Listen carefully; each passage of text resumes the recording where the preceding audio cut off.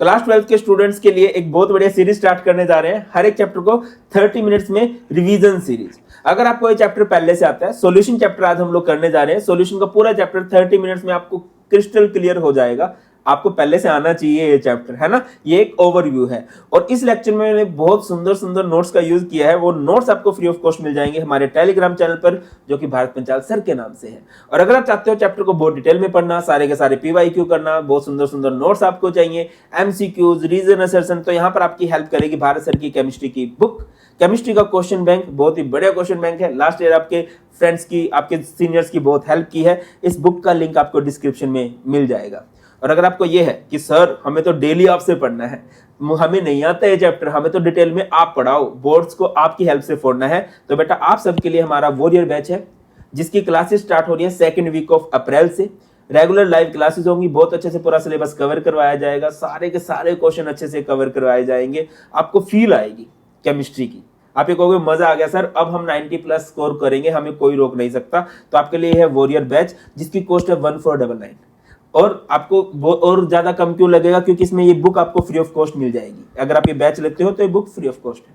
और अगर आपको टेंशन है फिजिक्स की भी, तो आपके साहू सर के साथ मिलके एक बहुत बढ़िया फिजिक्स केमिस्ट्री का कॉम्बो पैक निकाला है, जिसकी कॉस्ट है 2599। दोनों की फिजिक्स और केमिस्ट्री की बुक फ्री मिलेगी। इन बैचेस को आप एक्सेस कर सकते हो हमारी ऐप पर, टॉपर्स आई ऐप, जिसका लिंक आपको डिस्क्रिप्शन में मिल जाएगा। सारे इंपॉर्टेंट लिंक आपको डिस्क्रिप्शन में मिल जाएंगे। चलिए स्टार्ट करते हैं सॉल्यूशन को। कि सॉल्यूशन कहते किसे हैं?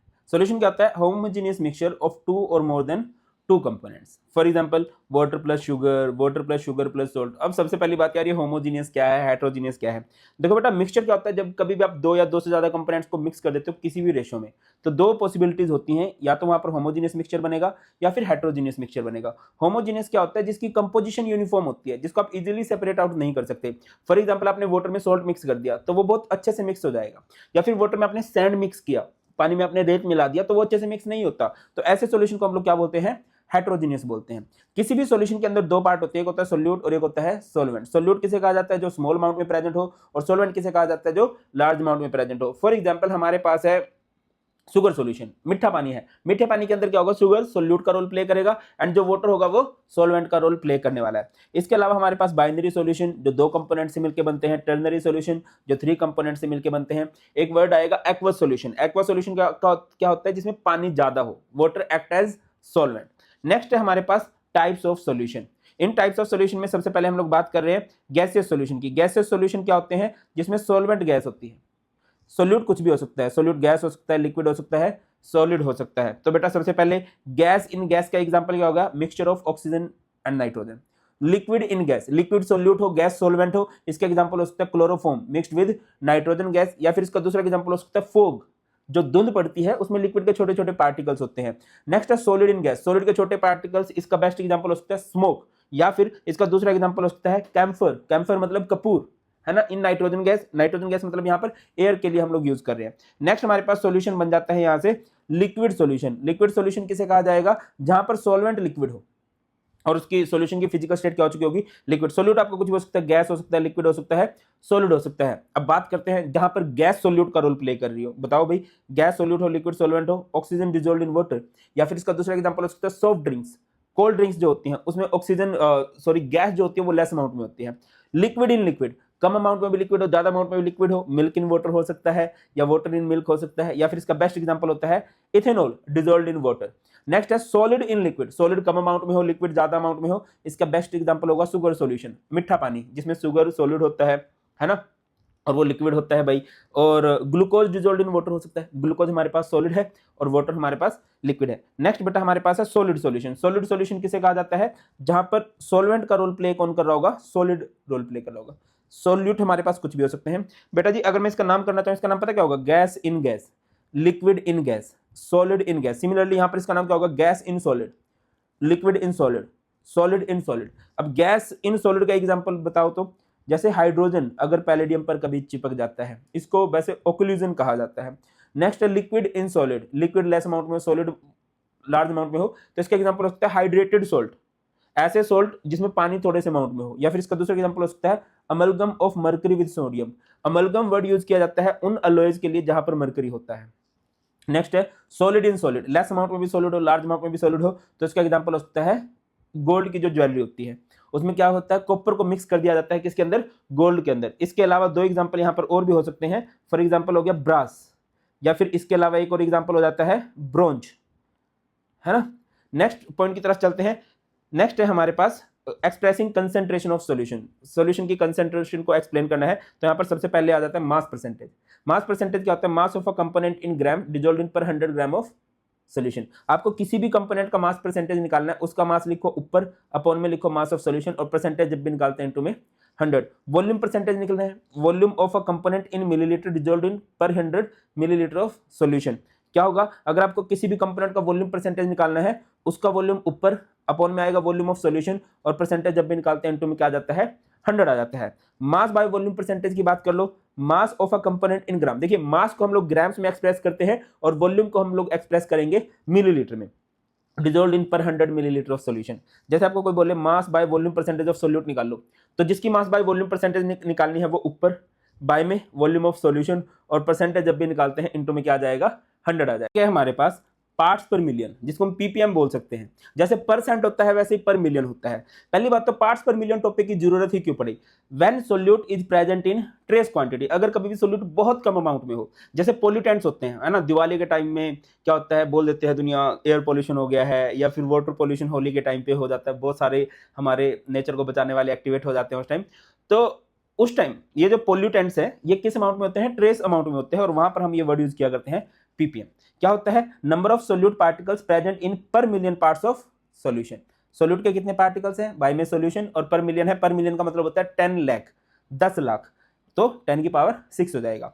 नेक्स्ट हमारे पास है मोल फ्रैक्शन। फ्रैक्शन मींस होता है रेशियो, किसका रेशियो, मोल्स का ratio. It is the ratio of number of moles of a component to the total number of moles of solution. जिसकी मोल फ्रैक्शन निकालनी होती है वो पार्टिकल ऊपर लिखा जाता है, अपॉन में मोल्स ऑफ सॉल्यूशन। ठीक है, देखिए मोल फ्रैक्शन के बारे में कुछ खास बातें होती हैं। सबसे पहली बात तो ये एक यूनिटलेस क्वांटिटी है, क्यों, क्योंकि ऊपर भी मोल्स है, नीचे भी मोल्स है, मोल्स से मोल्स कैंसिल हो जाते हैं। मोल फ्रैक्शन ऑफ सॉल्यूशन हमेशा 1 होती है। मोल फ्रैक्शन जो होती है वो इंडिपेंडेंट ऑफ टेम्परेचर होती है, टेम्परेचर का कोई भी रोल नहीं होता, टेम्परेचर इसको अफेक्ट नहीं कर सकता है। क्यों नहीं अफेक्ट कर सकता है सर, क्योंकि मोल फ्रैक्शन एक मास बाय मास कंसेप्ट है, और जो भी मास बाय मास कंसेप्ट होते हैं वो टेम्परेचर से अफेक्ट नहीं होते। जैसे आपको मोल फ्रैक्शन ऑफ ए निकालना है, मोल फ्रैक्शन को एक्स से रिप्रेजेंट कर सकते हो या फिर काई से रिप्रेजेंट कर दिया जाता है। मोल फ्रैक्शन ऑफ ए निकालना है तो इसको फॉर्मूला होगा number of moles of a by में number of moles of solution. आपको मोल फ्रैक्शन ऑफ बी निकालना है तो number of moles of b by में number of moles of solution. Next एक बड़ी इंपॉर्टेंट टर्म आ जाती है मोलैरिटी। मोलैरिटी को कैपिटल एम से रिप्रेजेंट करते हैं। सिंपल सा फॉर्मूला क्या होता है इसका, number of moles of solute dissolved in per litre volume of solution. कि सोल्यूट के कितने मोल्स प्रेजेंट हैं 1 लीटर सॉल्यूशन के अंदर, वही मोलैरिटी होती है। Number of moles of solute volume of solution in litre. इसकी यूनिट क्या होंगी बेटा, यहां से मोल्स उठा दो, यहां से लीटर उठा दो, तो इसकी यूनिट हो जाएगी मोल्स पर लीटर। अगर आपको ये भी याद नहीं रहता है तो मोलैरिटी का ईटी काट दो तो इसकी यूनिट हो जाएगी मोलर। अगर आपको ये भी याद नहीं रहता है तो कैपिटल एम। क्लियर है। इसके बारे में खास बात क्या है, that it is inversely proportional to temperature. Sir ये इनवर्सली प्रोपोर्शनल क्यों होती है, क्या है, इसमें अपॉन में वॉल्यूम है। जब कभी भी आप टेम्परेचर बढ़ाते हो तो बेटा वहां पर वॉल्यूम अपने आप बढ़ जाता है, और वॉल्यूम बढ़ जाएगा तो मोलैरिटी को क्या होना पड़ेगा, यहां पर डिक्रीज होना पड़ेगा। ऑन दी अदर हैंड बात करते हैं मोलैरिटी की, मोलैरिटी को हम स्मॉल एम से रिप्रेजेंट करते हैं। फॉर्मूला क्या होता है, number of moles of solute dissolved in पर किलोग्राम मास ऑफ सॉल्वेंट, है ना। Number of moles of solute और मास ऑफ सॉल्वेंट किस में लेना है, किलोग्राम में, तो बेटा इसकी यूनिट क्या बन जाएंगी, मोल्स पर केजी। अगर आपको ये भी याद नहीं रहता तो इटी काट दो मोलल। अगर आपको ये भी याद नहीं रहता तो सिंबल याद रखो इसका स्मॉल एम। इसके बारे में खास बात क्या है कि मोलैरिटी जो है एक मास बाय मास कंसेप्ट है। इसमें ऊपर की तरफ भी मास आता है, नीचे की तरफ भी मास आता है। सिंस ऊपर नीचे दोनों तरफ मास है और मास जो होता है वो फिक्स रहता है, तो ये चेंज नहीं होगा। तो मोलैरिटी जो है इंडिपेंडेंट ऑफ टेम्परेचर होती है, और यही सबसे इंपॉर्टेंट बात है कि मोलैरिटी टेम्परेचर के इनवर्सली प्रोपोर्शनल होती है और मोलैरिटी टेम्परेचर के इंडिपेंडेंट होती है। नेक्स्ट टॉपिक आ जाते हैं बेटा हमारे पास solubility. Maximum amount of solute dissolved in a specified amount of solvent so that solution becomes saturated. एक कंडीशन हमें यहां पर लेनी पड़ेगी, एट अ गिवन टेम्परेचर। आपको टेम्परेचर फिक्स करना पड़ेगा, ठीक है। मैं कई बार एक किस्सा सुनाता हूं कि बचपन में चीनी खाने का बड़ा शौक था, तो एक बार मैं अपने मामा के घर चला गया, तो उधर क्या हुआ, एक पानी का गिलास लिया और उसमें चीनी डाली, 1 चम्मच घोल के देखिए मीठा पानी होगा, फिर 2 चम्मच, फिर तीसरा चम्मच जब मैंने चीनी डाली तो उसमें चीनी घुलना बंद हो गई। रीजन क्या होता है बेटा, देखिए लिक्विड के जो पार्टिकल्स होते हैं उनके बीच में हल्का हल्का स्पेस होता है, और स्पेस में जाके ही सॉलिड के पार्टिकल्स ने फिट होना होता है। एक टाइम ऐसा आता है जब सारे का सारा स्पेस फिलअप हो जाता है, आप उसमें और ज्यादा सोल्यूट को मिक्स नहीं कर सकते, और वही क्या हो जाती है उसकी सोल्यूबिलिटी। क्या लिखा गया है, maximum amount of solute dissolved in a specific amount of solvent so that solution becomes saturated। अब अगली बात है सोल्युबिलिटी को अफेक्ट कौन कौन से फैक्टर्स करते हैं। सबसे पहला है लाइक डिसॉल्व लाइक, कि जो जैसा होता है वो घुलना पसंद करता है वैसों में ही। अगर मेरे पास कोई पोलर सब्सटेंस है तो वो पोलर में घुलेगा, नहीं घुल पाएगा नॉन पोलर में। सिमिलरली अगर मेरे पास कोई नॉन पोलर सब्सटेंस है तो वो नॉन पोलर में घुलेगा, किसमें नहीं घुल पाएगा, पोलर में नहीं घुल पाएगा। जैसे NaCl है, सोडियम क्लोराइड है, वो पानी में घुलता है क्योंकि दोनों की नेचर सेम है, पोलर पोलर है, बट NaCl नहीं घुलता बेंजीन में क्योंकि बेंजीन नॉन पोलर है। अगला है हमारे पास इफेक्ट ऑफ टेम्परेचर। ये समझने के लिए आपको समझना पड़ेगा कि प्रोसेस हमारे पास एक्सोथर्मिक है कि एंडोथर्मिक है। एक्सोथर्मिक जिसमें से हीट इवॉल्व होती है, एंडोथर्मिक जिसमें हीट एब्जॉर्ब होती है। एक्सोथर्मिक में डेल्टा एच का साइन बेटा बहुत इंपॉर्टेंट है, डेल्टा एच का साइन होता है नेगेटिव और इधर डेल्टा एच का साइन होता है पॉजिटिव। अब एक्सोथर्मिक जिसमें से ऑलरेडी हीट निकल रही है, उधर आप टेम्परेचर नहीं बढ़ाओगे, बट अगर आपने बढ़ा दिया, टेम्परेचर इंक्रीज कर दिया तो सोल्युबिलिटी घटेगी। एंडोथर्मिक जिसको हीट की रिक्वायरमेंट है, अगर आप उधर टेम्परेचर बढ़ाओगे तो उधर बेटा सोल्युबिलिटी गलत हो गया, यहां पर सोल्युबिलिटी क्या हो जाने वाली है, इस केस में बढ़ जाने वाली है। सर इस केस में क्यों बढ़ जाने वाली है, क्योंकि इसको हीट की रिक्वायरमेंट है और इसको हम हीट दे रहे हैं, तो ये इसके लिए फेवरेबल कंडीशन है। नेक्स्ट हमारे पास आ जाता है प्रेशर। अगर हम सॉलिड को लिक्विड में डिसॉल्व कराना चाहते हैं और उस पर प्रेशर लगाए तो इसको कोई भी फर्क नहीं पड़ेगा। क्यों नहीं पड़ेगा, कुछ बोथ आर नॉन कंप्रेसिबल। ये लिखा गया है, pressure has no significant effect on solubility of solid in liquid as both are non compressible. दोनों ही नॉन कंप्रेसिबल होते हैं। पास वेपर प्रेशर।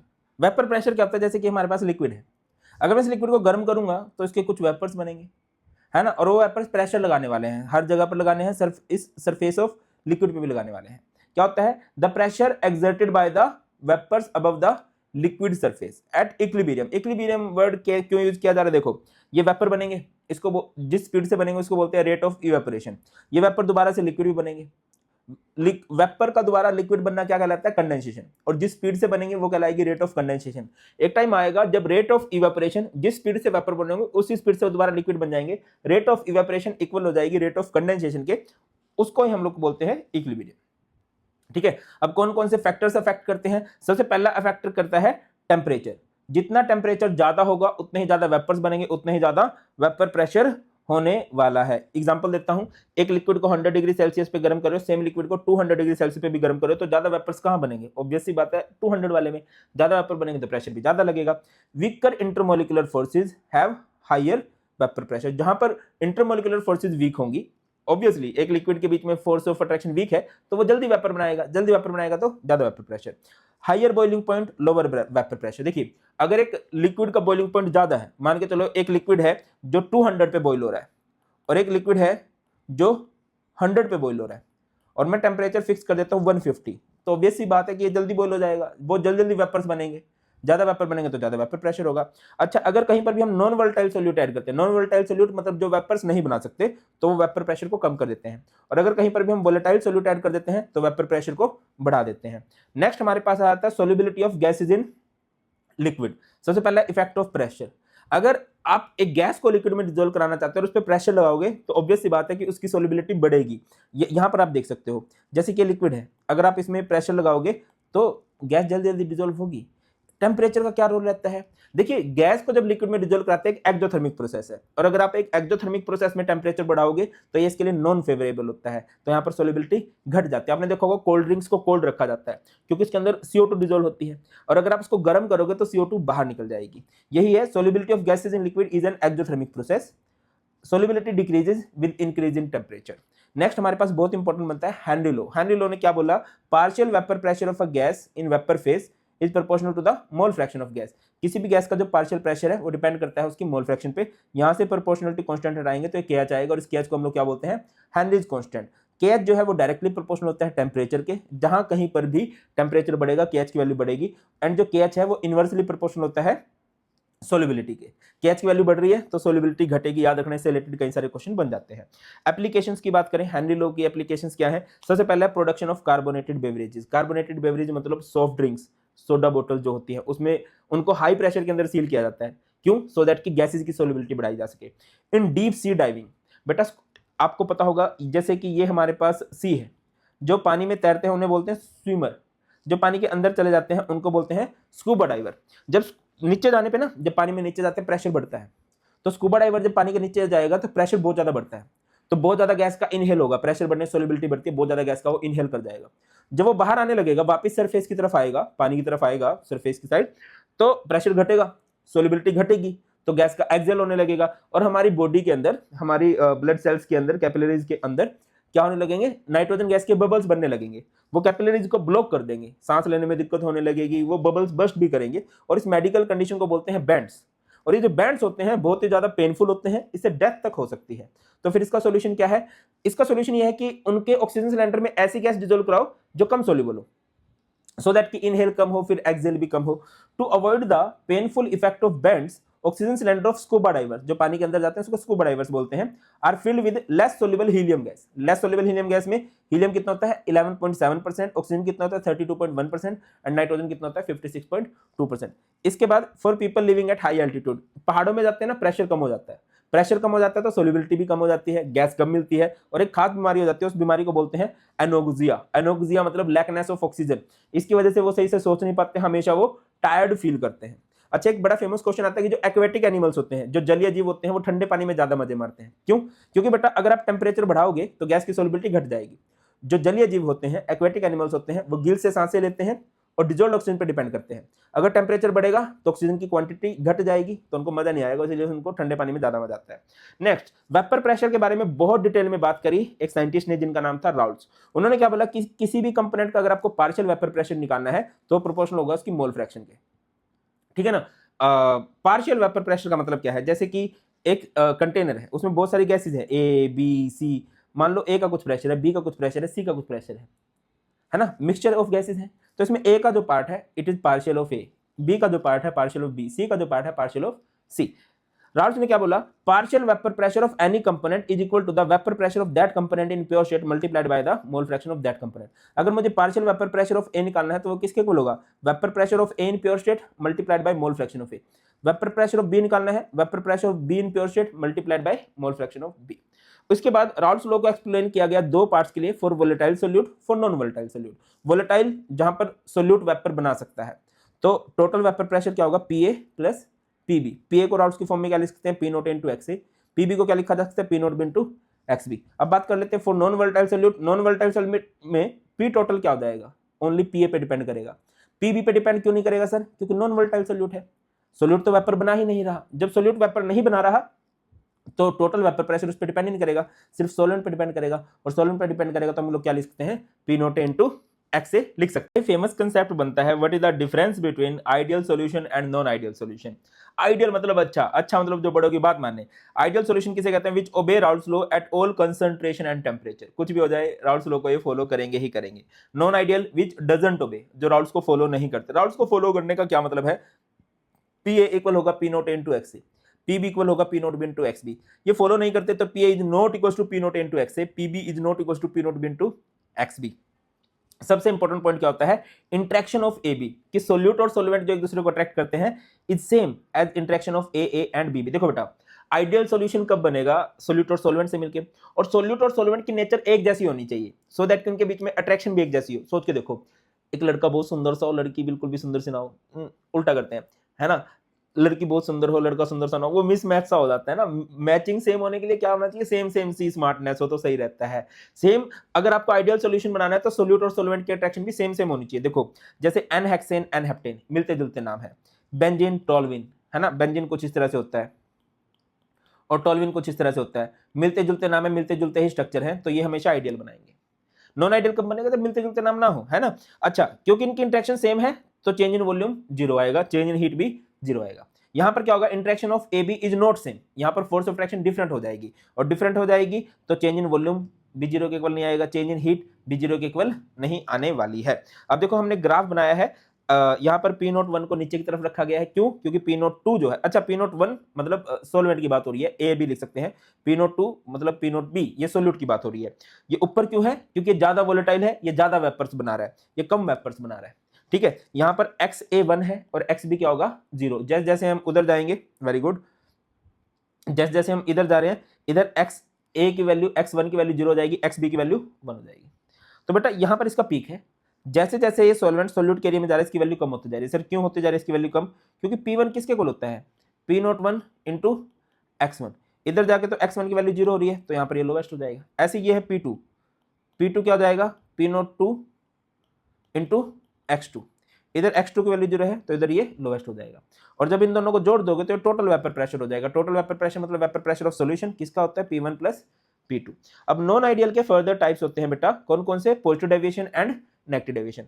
पॉजिटिव डेविएशन में सबसे इंपॉर्टेंट बात क्या है कि फोर्स ऑफ ट्रैक्शन वीक होती है, ये सबसे इंपॉर्टेंट पॉइंट है, और नेगेटिव डेविएशन में फोर्स ऑफ ट्रैक्शन स्ट्रॉन्ग होती है। इसको सिंपली याद रख सकते हो, फिजिक्स वाला नाइस सर। फिजिक्स मतलब पॉजिटिव डेविएशन में फोर्स ऑफ ट्रैक्शन क्या होगी, वीक, नेगेटिव डेविएशन में फोर्स ऑफ ट्रैक्शन क्या होगी, स्ट्रॉन्ग। ये सबसे इंपॉर्टेंट पॉइंट है। अगर बेटा फोर्स ऑफ ट्रैक्शन वीक होगी तो वेपर प्रेशर क्या होने वाला है, हाई। अभी पढ़ के आए थे वेपर प्रेशर में, तो वेपर प्रेशर इधर हाई हो जाएगा जैसा हम राउंड से एक्सपेक्ट करते हैं। और नेगेटिव में क्योंकि फोर्स ऑफ ट्रैक्शन स्ट्रॉन्ग है तो क्या हो जाएगा, वेपर प्रेशर लोअर हो जाएगा, है ना। अब आपको पता है ना वेपर प्रेशर क्या होता है राउंड्स के अकॉर्डिंग, पी ए किसके इक्वल होता है, p naught a into x a. अब क्योंकि यहाँ पर फोर्स ऑफ ट्रैक्शन वीक है तो वेपर प्रेशर हाई रहेगा राउंड्स के कंपैरिजन में, यहाँ पर वेपर प्रेशर लो रहेगा। अब बेटा क्योंकि यहाँ पर फोर्स ऑफ ट्रैक्शन वीक है, पार्टिकल एक दूसरे से बहुत दूर दूर जाएंगे, तो change in volume positive, change in heat positive. इधर पार्टिकल एक दूसरे को बहुत ज्यादा अट्रैक्ट कर रहे हैं तो वॉल्यूम कम होगा, वॉल्यूम कम होगा तो change in volume negative. Attraction से हमेशा एक्सोथर्मिक प्रोसेस होती है, और एक्सोथर्मिक प्रोसेस होती है तो बेटा डेल्टा एच क्या रहेगा, नेगेटिव रहेगा। ये क्या बनाते हैं, ये बनाते हैं minimum boiling azeotropes. Minimum boiling azeotropes क्या होते हैं अभी समझ में आ जाएगा। और ये क्या बनाते हैं, मैक्सिमम बॉइलिंग एजियोट्रोप्स। आइडियल का जो भी ग्राफ था, पॉजिटिव डेविएशन में वेपर प्रेशर उससे बढ़ जाएगा, है ना, नेगेटिव डेविएशन में वेपर प्रेशर उससे घट जाएगा, यही होता है। नेक्स्ट हमारे पास है बेटा एजियोट्रोप्स। एजियोट्रोप्स का दूसरा नाम होता है कांस्टेंट बॉइलिंग मिक्सचर। ऐसे मिक्सचर जिनका बॉइलिंग पॉइंट कांस्टेंट होता है, those liquid mixture which have constant boiling point. Important बात क्या है, सबसे इंपॉर्टेंट बात, which have same composition in vapour phase as well as in liquid phase. इनकी कंपोजिशन सेम रहती है, वेपर फेज में भी लिक्विड फेज में भी। क्या मतलब है सर इस बात का, जैसे आपने वाटर में अल्कोहल मिक्स कर दिया, मिक्सचर बना दिया, तो नीचे वाटर अल्कोहल है, गर्म करोगे वेपर बन गया, उसको पकड़ोगे तो उसमें भी वाटर अल्कोहल होगा, है ना, ये कंपोजिशन सेम है। अगर आप पानी में नमक मिलाओ, नीचे तो पानी में नमक मिलाओ, गर्म करोगे तो ऊपर का वेपर बनेगा, उस वेपर को पकड़ोगे तो आपको सिर्फ क्या मिलेगा, पानी, नमक नहीं मिलेगा। नीचे कंपोजिशन डिफरेंट है, ऊपर कंपोजिशन डिफरेंट है, इसको एजियोट्रोप नहीं बोल सकते। एजियोट्रोप की क्या बात है, जो कंपोजिशन लिक्विड फेस में है वही कंपोजिशन वेपर फेस में भी होगी, है ना। इनका बॉइलिंग पॉइंट कांस्टेंट होता है, और इनको आप क्या नहीं कर सकते, डिस्टिंग्विश नहीं कर सकते, इसके कॉन्स्टिट्यूएंट को अलग नहीं किया जा सकता इजीली, फ्रैक्शनल डिस्टिलेशन से अलग नहीं किया जा सकता। दो तरह के एजियोट्रोप्स होते हैं बेटा, minimum boiling azeotropes and maximum boiling azeotrope. Minimum क्या होते हैं, जिनका बॉइलिंग पॉइंट लोअर होता है देन देयर कॉन्स्टिट्यूएंट्स। मैक्सिमम क्या होते हैं, जिनका बॉइलिंग पॉइंट हायर होता है देन देयर कॉन्स्टिट्यूएंट। मैं इसका बिल्कुल सिंपल से एग्जांपल देता हूं कई बार, कि एक बाबू है और एक सोना है, उन्होंने दिन रात मेहनत की और दो प्रोडक्ट लॉन्च करे, एक चुन्नू एंड एक मुन्नू। मान के चलो बाबू ने पढ़ाई की है 10th क्लास तक, सोना ने पढ़ाई की है 12th क्लास तक, और इनका चुन्नू पढ़ जाता है 5th क्लास तक। अपने दोनों पेरेंट्स से कम पढ़ाई की है तो ये मिनिमम है, और अगर मान के चलो ये ग्रेजुएट हो जाए तो ये क्या हो जाएगा, मैक्सिमम। अपने दोनों पेरेंट्स से ज्यादा पढ़ के गया है, इस तरह से बेटा हो जाता है। क्लियर, अगर दोनों से कम बॉइलिंग पॉइंट है तो मिनिमम बॉइलिंग एजियोट्रोप्स, अगर दोनों से ज्यादा बॉइलिंग पॉइंट है तो मैक्सिमम। अब बॉइलिंग पॉइंट कम कब होगा, जब फोर्स ऑफ ट्रैक्शन वीक होगी, और फोर्स ऑफ ट्रैक्शन वीक होगी तो डेविएशन कौन सा होता है बेटा, पॉजिटिव डेविएशन होता है, यही लिखा भी गया है ना। और बॉइलिंग पॉइंट ज्यादा कब होगा, जब फोर्स ऑफ ट्रैक्शन स्ट्रॉन्ग होगी, और फोर्स ऑफ ट्रैक्शन स्ट्रॉन्ग होगी तो वेपर प्रेशर लो होगा, है ना। वेपर प्रेशर लो होना चाहिए तो डेविएशन कौन सी हो जाएगी, नेगेटिव। एग्जांपल कर लोगे 95% इथेनॉल प्लस 5% वाटर, ये पॉजिटिव डेविएशन है। एसिड जब भी आ जाता है तो नेगेटिव डेविएशन होती है, नेगेटिव डेविएशन होती है तो एजियोट्रोप कैसे बनते हैं, मैक्सिमम बॉइलिंग एजियोट्रोप से बनते हैं। इंपॉर्टेंट टॉपिक बनता है हमारे पास कोलिगेटिव प्रॉपर्टीज। क्या होती है colligative properties, those properties which depends upon number of moles of solute और अमाउंट ऑफ सोल्यूट। ऐसी सभी प्रॉपर्टीज जो number of moles of solute पे डिपेंड करती हैं। Colligative properties are just like democracy, जैसे डेमोक्रेसी में नंबर ऑफ वोट्स मैटर करती है, वैसे ही कोलिगेटिव प्रॉपर्टीज में number of moles of solute matter करते हैं, अमाउंट ऑफ सोल्यूट मैटर करता है। सोल्यूट की नेचर नहीं देखी जाती, सिर्फ नंबर्स, अमाउंट, ठीक है। कंडीशन क्या है कोलिगेटिव प्रॉपर्टीज के लिए, कि सॉल्यूशन हमारा डाइल्यूट होना चाहिए। डाइल्यूट सॉल्यूशन किसे कहते हैं, जहां पर सोल्यूट लेस देन 5% हो। सॉल्यूशन हमारे पास नॉन वोलेटाइल सोल्यूट होना चाहिए सॉल्यूशन में। नॉन वोलेटाइल सोल्यूट का मतलब क्या है, जो वेपर्स ना बनाए ऐसा सोल्यूट होना चाहिए। 4 कोलिगेटिव प्रॉपर्टीज हैं। सबसे पहली कोलिगेटिव प्रॉपर्टीज है relative lowering of vapour pressure. इस कंसेप्ट को समझने की कोशिश करते हैं। जैसे कि कंटेनर है, इसमें सिर्फ आपने पानी ले लिया 1 लीटर, एक दूसरा कंटेनर है उसमें आपने 1 लीटर पानी ले लिया और उसमें नॉन वोलेटाइल सोल्यूट ऐड कर दिया। अब एक कॉमन सेंस में आपसे पूछता हूं कि दोनों में से किसका वेपर प्रेशर ज्यादा होगा। बड़ी ऑब्वियस सी बात है कि बेटा प्योर सॉल्वेंट का वेपर प्रेशर ज्यादा होने वाला है, इसका वेपर प्रेशर कम होने वाला है। क्यों, क्योंकि इसमें नॉन वोलेटाइल सोल्यूट है, ये वेपर नहीं बनाएगा और इजीली इसको भी नहीं बनाने देगा, तो इसका वेपर प्रेशर कम होता है। सॉल्यूशन का वेपर प्रेशर होता है कम एज कंपेयर टू सॉल्वेंट, इसी को बोलते हैं लोअरिंग इन वेपर प्रेशर। और देखिए on adding non volatile solute vapour pressure of solution decreases. अगर मैं इसके मैथमेटिकल एक्सप्रेशन की बात करूं, पी नोट ए माइनस पी एस, इसको बोलते हैं लोवरिंग इन वेपर प्रेशर। और अगर मैं इसको कंपेयर कर दूंगा पी नोट ए से, तो ये बन जाएगा relative lowering in vapour pressure. ये किसके इक्वल होता है? एक्स बी के। एक्स बी मतलब मोल फ्रैक्शन ऑफ सोल्यूट, इसको लिख सकते हैं N B by N A plus N B. अगर डाइल्यूट सॉल्यूशन है, यानी कि number of moles of solute बहुत कम है और सॉल्वेंट के मोल्स बहुत ज्यादा है, सोल्यूट के मोल्स लगभग 0 के बराबर है, तो हम नीचे वाले को खत्म कर सकते हैं और एन बी को मैं क्या लिखता हूं? W B by M B, और एन ए को मैं क्या लिखता हूं? डब्ल्यू ए, और इसका एम ए ऊपर चला जाएगा। इस तरह से फॉर्मूला बन जाएगा। ऐसे होगा ना, देखो ये N B by N A plus N B, नीचे वाले एन बी को खत्म कर दिया, ये एन बी ये by N A. N B को मैं क्या लिख सकता हूँ? W B by M B, और ये एन ए को मैं क्या लिख सकता हूँ? डब्ल्यू ए, और इसका एम ए ऊपर चला जाएगा। इस तरह से लिखा जा सकता है। नेक्स्ट कोलिगेटिव प्रॉपर्टीज है हमारे पास एलिवेशन इन बॉइलिंग पॉइंट। नाम बहुत कुछ सजेस्ट कर रहा है। एलिवेशन, एलिवेशन मतलब एलिवेट हो गया, बॉइलिंग पॉइंट एलिवेट हो गया। किसका बॉइलिंग पॉइंट एलिवेट हो गया? सॉल्यूशन का बॉइलिंग पॉइंट एलिवेट हो गया। किसके कंपैरिजन में? सॉल्वेंट के कंपैरिजन में। किसकी वजह से? नॉन वोलेटाइल सॉल्यूट की वजह से। सबसे पहली बात तो बॉइलिंग पॉइंट किसे कहते हैं? Boiling point is the temperature at which vapour pressure of a liquid becomes equal to atmospheric pressure. जब एक लिक्विड का वेपर प्रेशर एटमॉस्फेरिक प्रेशर के इक्वल हो जाता है, जैसे लिक्विड है, इसका वेपर प्रेशर एटमॉस्फेरिक प्रेशर के इक्वल हो जाएगा, तो इस टेंपरेचर को मैं क्या बोल दूंगा? Boiling point. ये दूसरा लिक्विड है, इसका वेपर प्रेशर जब एटमॉस्फेरिक प्रेशर के इक्वल हो जाएगा, इस टेंपरेचर को मैं क्या बोल दूंगा? Boiling point. याद रखिए, when a non volatile solute is added to pure solvent, boiling point of solution increases. एक सिंपल समझो, पानी का बॉइलिंग पॉइंट कितना होता है? 100 डिग्री सेल्सियस। अगर मैं उसमें नमक या शुगर ऐड कर दूंगा ना, तो वो 100 पे बॉइल नहीं होगा, उसको बॉइल करने के लिए थोड़ा सा ज्यादा गर्म करना पड़ेगा। यही बात होती है कि बॉइलिंग पॉइंट ऑफ सॉल्यूशन ज्यादा होता है। This difference in boiling point is called elevation in boiling point. देखो ये सॉल्वेंट है बेटे, सॉल्वेंट का वेपर प्रेशर है, यहाँ पर इसके इक्वल हो रहा है एटमॉस्फेरिक प्रेशर के, इसको टेम्परेचर से मिला देंगे तो हो जाएगा बॉइलिंग पॉइंट ऑफ सॉल्वेंट। ये सॉल्यूशन का बॉइलिंग पॉइंट है, यहाँ पर एटमॉस्फेरिक प्रेशर के इक्वल हो रहा है, ये हो जाएगा बॉइलिंग पॉइंट ऑफ सॉल्यूशन। और इन दोनों का ये जो डिफरेंस होता है ना, इस डिफरेंस को बोलते हैं डेल्टा टीबी। सॉल्यूशन का बॉइलिंग पॉइंट ज्यादा है, जिसको हम टीबी से रिप्रेजेंट करते हैं। सॉल्वेंट का बॉइलिंग पॉइंट कम है, सॉल्वेंट क्योंकि प्योर है, उसको हम टी नोट बी से रिप्रेजेंट करते हैं। और इन दोनों का डिफरेंस क्या कहलाता है? Delta TB. और डेल्टा टीबी को हम लोग क्या बोलते हैं? Elevation in boiling point. ठीक है ना? डेल्टा टीबी क्या होगा? सॉल्यूशन के बॉइलिंग पॉइंट में से आप लोग सॉल्वेंट का बॉइलिंग पॉइंट माइनस कर दोगे। मैथमेटिकली अगर बात करोगे तो जो एलिवेशन इन बॉइलिंग पॉइंट है वो डायरेक्टली प्रोपोर्शनल होता है मोलैलिटी के। प्रोपोर्शनलिटी कांस्टेंट हटाएंगे तो आएगा केबी। केबी का मतलब होता है बेटा मोलल एलिवेशन कांस्टेंट, और इसका दूसरा नाम होता है एब्लियोस्कोपिक कांस्टेंट। इसकी खास बात होती है कि इसकी वैल्यू डिपेंड करती है नेचर ऑफ सॉल्वेंट पे। रिपीट कर रहा हूं, केबी की वैल्यू डिपेंड करती है नेचर ऑफ सॉल्वेंट पे। केबी की यूनिट की बात करें तो केल्विन केजी पर मोल। फॉर्मूला की बात करें, केबी इंटू एम है, एम इज मोलैलिटी। मोलैलिटी का सिंपल फॉर्मूला क्या होता है? वॉशिंग मशीन 1000 में आएगी वॉशिंगटन से।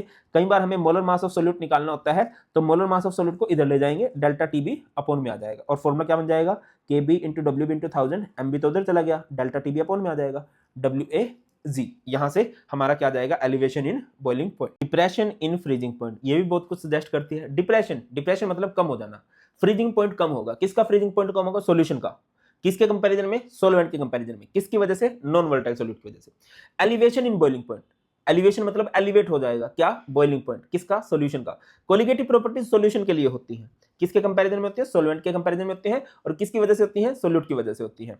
अब इधर आ जाइए, सबसे पहली बात, फ्रीजिंग पॉइंट कहा किसे जाता है? फ्रीजिंग पॉइंट को हम लोग रिप्रेजेंट करते हैं टीएफ से, और यहाँ पर डिप्रेशन इन फ्रीजिंग पॉइंट है तो इसको हम लोग रिप्रेजेंट कर सकते हैं डेल्टा टीएफ से। क्या होता है freezing point? Freezing point is the temperature at which vapour pressure of a liquid becomes equal to the vapour pressure of solid. एक सब्सटेंस है, अगर देखो सिंपल सी बात है, हम कब बोलेंगे कि वो सब्सटेंस फ्रीज हो गया है? लिक्विड स्टेट से सॉलिड स्टेट में चला जाए। तो यही होता है, कोई भी सब्सटेंस के वेपर प्रेशर लिक्विड स्टेट में और सॉलिड स्टेट में अगर इक्वल हो जाता है तो उस टेम्परेचर को फ्रीजिंग पॉइंट कह देते हैं। जैसे कि लिक्विड सॉल्वेंट है, ये इसका वेपर प्रेशर है, ये सॉलिड सॉल्वेंट है, यहां पर इन दोनों का वेपर प्रेशर सेम हो गया, तो बेटा इस टेम्परेचर को हम लोग क्या बोल देंगे? इसका फ्रीजिंग पॉइंट। ये सॉलिड सब्सटेंस है, यहां पर आके ये लिक्विड सब्सटेंस मान के चलो ए है, इसका वेपर प्रेशर बराबर हो गया, तो इस टेम्परेचर को क्या बोल देंगे? फ्रीजिंग पॉइंट ऑफ ए। ये बी सब्सटेंस है ना, ये इसका वेपर प्रेशर है, इस पॉइंट पे आके सॉलिड सॉल्वेंट के इक्वल हो गया, सॉलिड के इक्वल हो गया है, तो इसको बोल दूंगा फ्रीजिंग पॉइंट ऑफ बी। क्या होता है फ्रीजिंग पॉइंट? जब कभी भी vapour pressure of liquid equal हो जाता है वेपर प्रेशर ऑफ सॉलिड के, उस टेम्परेचर को फ्रीजिंग पॉइंट कहते हैं। अब आपने देखा होगा, अगर पानी का फ्रीजिंग पॉइंट 0 डिग्री सेल्सियस है उसमें नमक मिलाओगे, आपने देखा होगा ये मटका कुल्फी वाले नमक मिला देते हैं, उससे क्या करते हैं उसके फ्रीजिंग पॉइंट को लोअर डाउन कर देते हैं, और यही होता है डिप्रेशन, फ्रीजिंग पॉइंट कम हो जाएगा। When a non volatile solute is added to pure solvent the freezing point of solution decreases, solution का फ्रीजिंग पॉइंट डिक्रीज हो जाएगा, and this difference in freezing point is called depression in freezing point.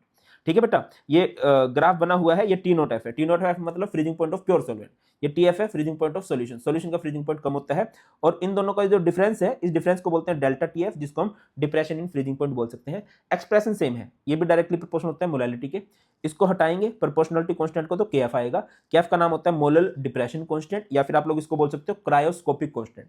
इसकी value भी depend करती है nature of solvent पे, है ना, केएफ की वैल्यू किस पे डिपेंड करती है, नेचर ऑफ सॉल्वेंट पे, यूनिट क्या होगी केल्विन केजी पर मोल। न्यूमेरिकल्स कभी करने आ जाए तो केएफ इंटू एम, एम यानी मोलैलिटी, मोलैलिटी का फॉर्मूला क्या होता है, वॉशिंग मशीन 1000 में आएगी वॉशिंगटन से, आपको कई बार मोलर मास ऑफ सॉल्यूट निकालना होता है तो मोलर मास ऑफ सॉल्यूट को इधर ले जाओ, इधर आ गया एम बी, ये केएफ इंटू डब्ल्यू b into 1000 by delta t f into डब्ल्यू ए जी हो जाएगा। नेक्स्ट और एक बहुत ही ज्यादा इंपॉर्टेंट कोलिगेटिव प्रॉपर्टी है ऑस्मोटिक प्रेशर, बट उससे पहले आपको समझना पड़ेगा ऑस्मोसिस। हमने दो कंटेनर लिए, एक में आपने प्योर सॉल्वेंट भर दिया और एक में आपने भर दिया सॉल्यूशन, सॉल्यूशन मतलब जिसमें सोल्यूट भी होगा, है ना, कोई नॉन वोलेटाइल सोल्यूट, और बीच में लगा the semi permeable membrane. Membrane क्या होती है, एक छलनी की तरह होती है ना, जैसे हमारी स्किन भी एक मेम्ब्रेन है ना, जो लो कंसेंट्रेशन के पार्टिकल को अलो करती है, पसीना बाहर आता है, खून जनरली बाहर नहीं आता, खून तभी बाहर आएगा अगर चोट लग जाएगी, हमारी स्किन के जो पोर्स हैं, होल्स हैं, ये बड़े हो जाएंगे। तो मेम्ब्रेन क्या होती है, मेम्ब्रेन में छलनी जो लो कंसेंट्रेशन के पार्टिकल्स को अलो करती है पास होने के लिए, अपने अंदर से पास होने देती है। तो जो सोलवेंट के पार्टिकल्स हैं, सोलवेंट मतलब जनरली पानी की बात करते हैं, तो ये फ्लो कर जाते हैं, ये लो कंसेंट्रेशन के पार्टिकल है, ये हाई की तरफ चले जाते हैं थ्रू सेमी परमेबल मेम्ब्रेन, और इस प्रोसेस को ही क्या कहते हैं हम लोग, osmosis. The process of flow of solvent molecule through semipermeable membrane from pure solvent to solution, जो सॉल्वेंट के मॉलिक्यूल है सॉल्यूशन की साइड जाते हैं थ्रू मेम्ब्रेन, इस प्रोसेस को क्या बोलते हैं, ऑस्मोसिस। लो इसको मैंने ऐसे याद रखा हुआ है OLH।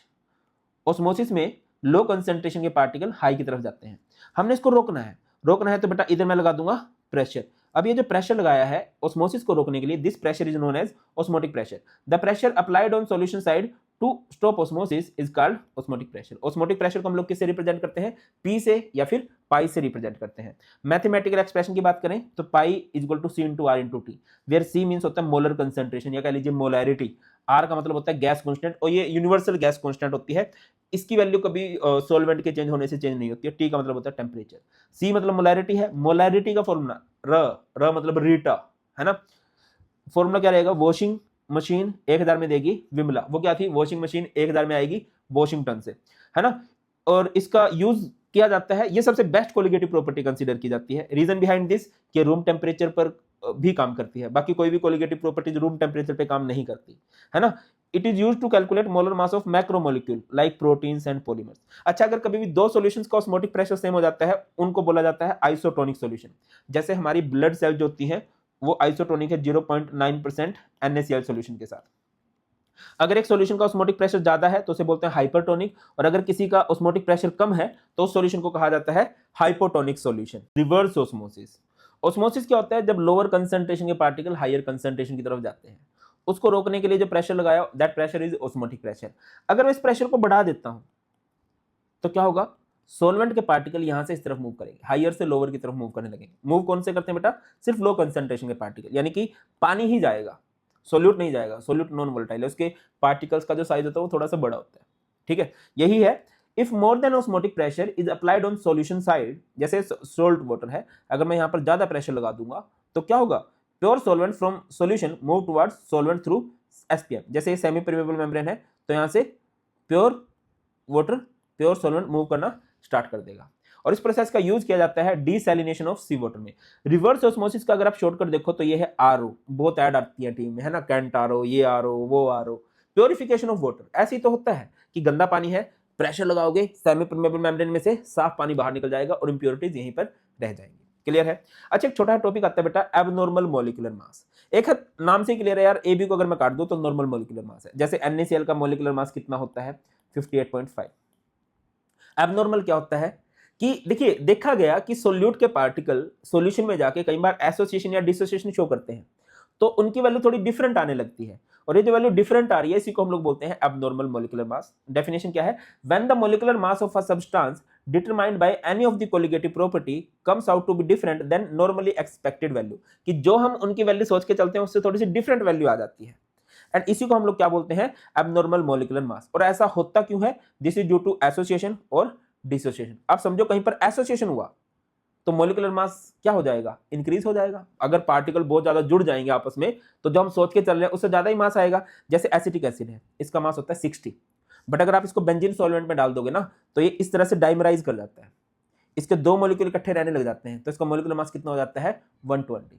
जैसे NaCl है, NaCl 58.5 है, बट अगर इसको पानी में डालते हैं तो डिसोसिएट होने लग जाता है, तो इसका मास कम होने लगेगा। डिसोसिएशन से मॉलिक्यूलर मास कम आएगा, एसोसिएशन से मॉलिक्यूलर मास ज्यादा आने वाला है। ठीक है, आगे हमारे पास एक छोटा सा फैक्टर आता है, वेंट होफ फैक्टर।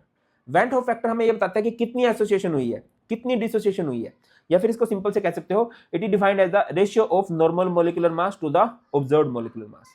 मैंने इसको ऐसे याद रखा हुआ है, normally man obey their mother, पापा की परी होती है, मम्मा के मगरमच्छ होते हैं, है ना, ऐसे होता है ना, तो ये लिखा गया है मम्मा के मगरमच्छ, normally man obey their mother, normal molecular mass by observed molecular मास। मान के चलो ग्लूकोज का मॉलिक्यूलर मास कितना हो, अभी एसिटिक एसिड का मॉलिक्यूलर मास कितना होता है, 60, बट हमें क्या दिख रहा है कि उसने तो एसोसिएशन शो कर दी, 120 हो गया, तो ये एसोसिएशन हो गया। अच्छा, एसोसिएशन में नंबर ऑफ पार्टिकल्स बेटा कम हो जाते हैं, डिसोसिएशन से नंबर ऑफ पार्टिकल्स बढ़ जाते हैं।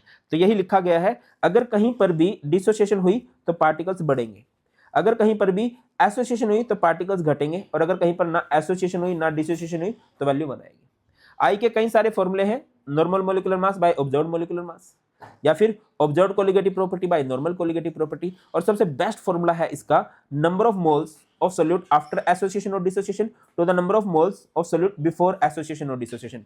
आफ्टर, बिफोर, देखिए जैसे NaCl है, NaCl ब्रेकडाउन हो जाएगा Na पॉजिटिव में Cl नेगेटिव में। बेटा अगर आप यहां से I की वैल्यू निकाल लोगे, क्या निकालोगे, number of particle after, after कितने हैं 2, बिफोर 1, तो I की वैल्यू कितनी आ गई 2, जो कि मोर देन 1 है।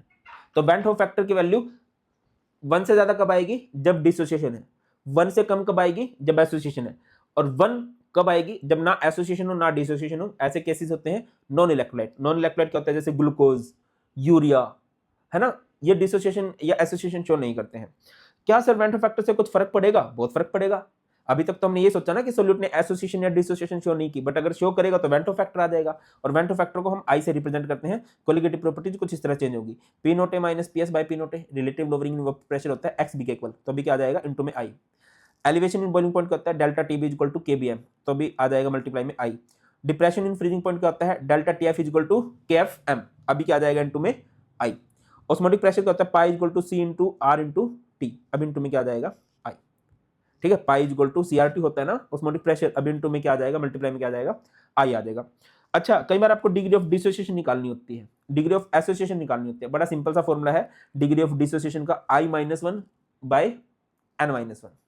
अगर आपको कभी डिग्री ऑफ एसोसिएशन निकालनी आ जाए, i minus 1 by 1 by n minus 1, 1 by n minus 1, association में 1 बाय एन, डिसोसिएशन में एन माइनस 1, ठीक है ना, 1 बाय एन। इसको अच्छे से याद रखना, मैं लिख भी देता हूं क्या होता है। अगर आपको कभी डिग्री ऑफ डिसोसिएशन निकालनी है तो फॉर्मूला क्या आ जाएगा, i minus 1 where i is van't Hoff factor, n minus 1, n मतलब कितने नंबर ऑफ पार्टिकल्स से। अगर आपको कभी भी डिग्री ऑफ एसोसिएशन निकालनी है, एसोसिएशन निकालनी है, तो इसका फॉर्मूला आ जाएगा आई माइनस 1 बाय में 1 बाय एन माइनस 1। बहुत इजीली कोई भी क्वेश्चन आप इससे कर सकते हो, और यहां पर आपका सॉल्यूशन चैप्टर खत्म होता है।